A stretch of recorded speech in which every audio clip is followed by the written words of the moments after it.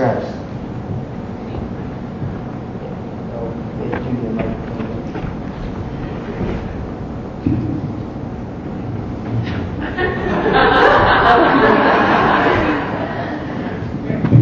I'll let her do it.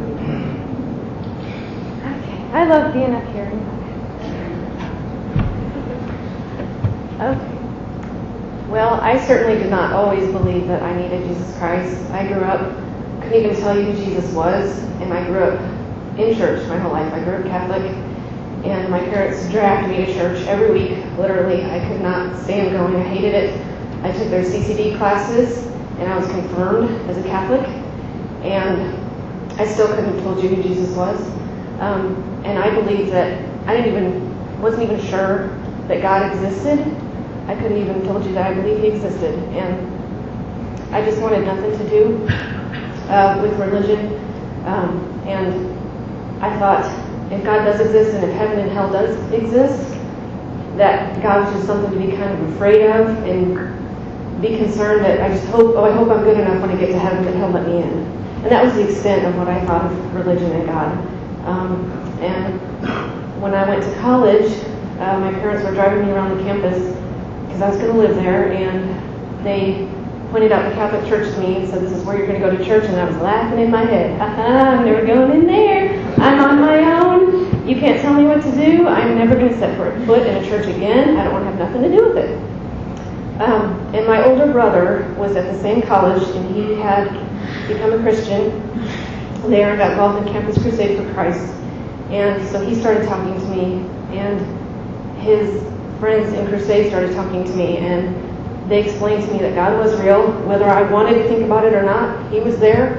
Jesus was real. I was a sinner, and that Jesus had paid the price for my sins, and that the only way to get to heaven was to accept that and believe that. And that was the only way to get to heaven, and I had to make a choice. There was a choice. I couldn't ignore it. I had to make a choice. Well, still, I didn't understand any of it. I thought these people were fun socially, so I hung around them.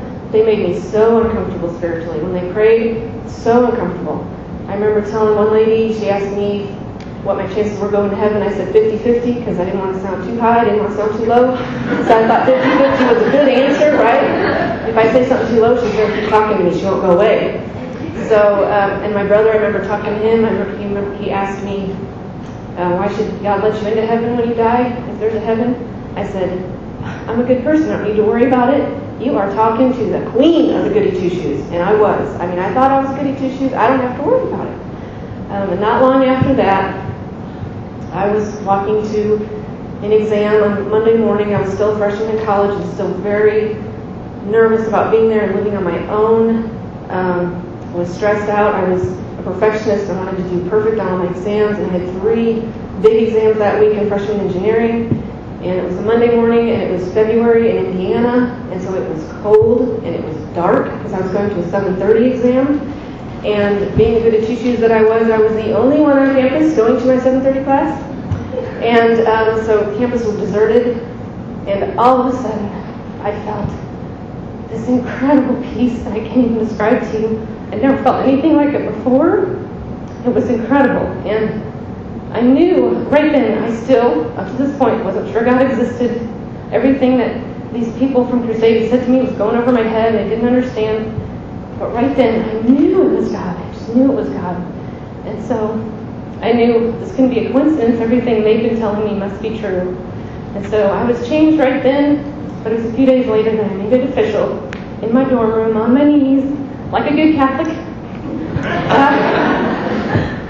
I prayed and I admitted to God that I was a sinner, that I couldn't do it my way, what I thought was logical, that I did need Jesus as my Savior, and I accepted His gift of salvation. All right.